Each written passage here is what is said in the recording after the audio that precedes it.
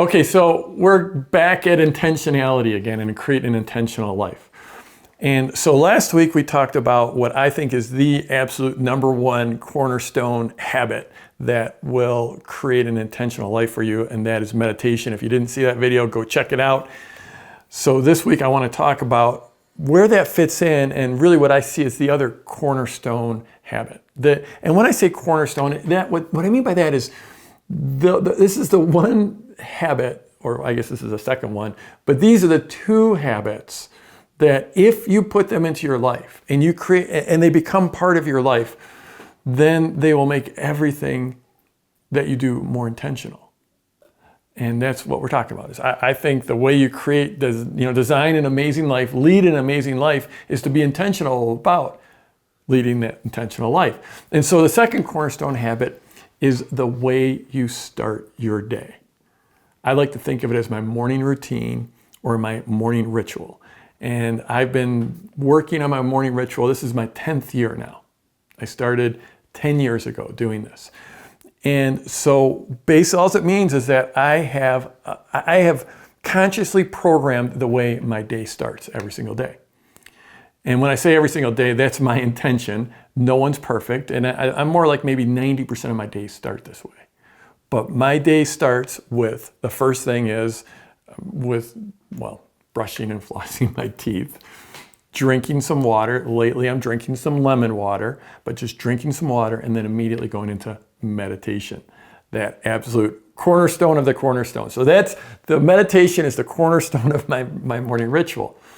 After that, then I will do some exercise and or yoga. And so this is just what works for me. Okay, I'm just telling you my ritual. Your ritual will probably be different.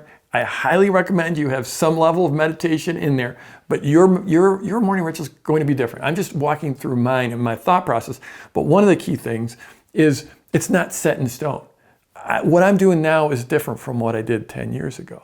So as you sit down to plan out your morning ritual, your morning routine, what you want to do is you also want to plan in a debrief. You want to say, look on the calendar and say 30 days from now, this is what I'm going to do for 30 days.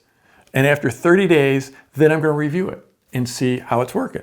Do a little process. Just sit down with your computer, with a piece of paper, with your journal, and look back and say, how is this working? How's it fitting in my life?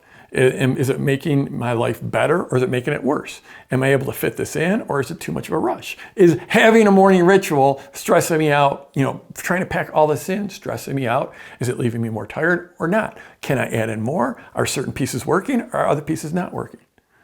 But it's sitting down and designing the way your day starts. Because if you don't do that, how do you start your day? I know a lot of people, they wake up, they reach over, they pick up their phone, they look at their phone, and now you're in the rabbit hole. Now you have lost control of your day. Now maybe you're in email, you're in social, you're looking at your texts, whatever. You are now letting someone else set the agenda for your day, setting the intention for your day, setting what you're not going to accomplish that day. Because once you start down that path, it's really hard to recover. What this is all about, this morning ritual is about putting you in the right frame of mind, in the right state, the right emotional state, so that you can create that intentional day. And then, you know what? You string together a bunch of intentional days and you end up with an intentional life. So exactly what my morning ritual looks like, that's not what's important. What's important is you sit down and plan how you're going to start the day. Now, some other, like I said, I've got hydration in there. I've got meditation in there. Usually, sometimes I have some journaling in there. Sometimes I'm playing a little bit of music. I'm playing a little bit of guitar. Sometimes I'm doing some learning, some reading stuff that is making my life better as opposed to reading Facebook or Instagram or something like that. Certainly nutrition is in there. That's my morning ritual usually ends. That's the last part of my morning ritual is usually food.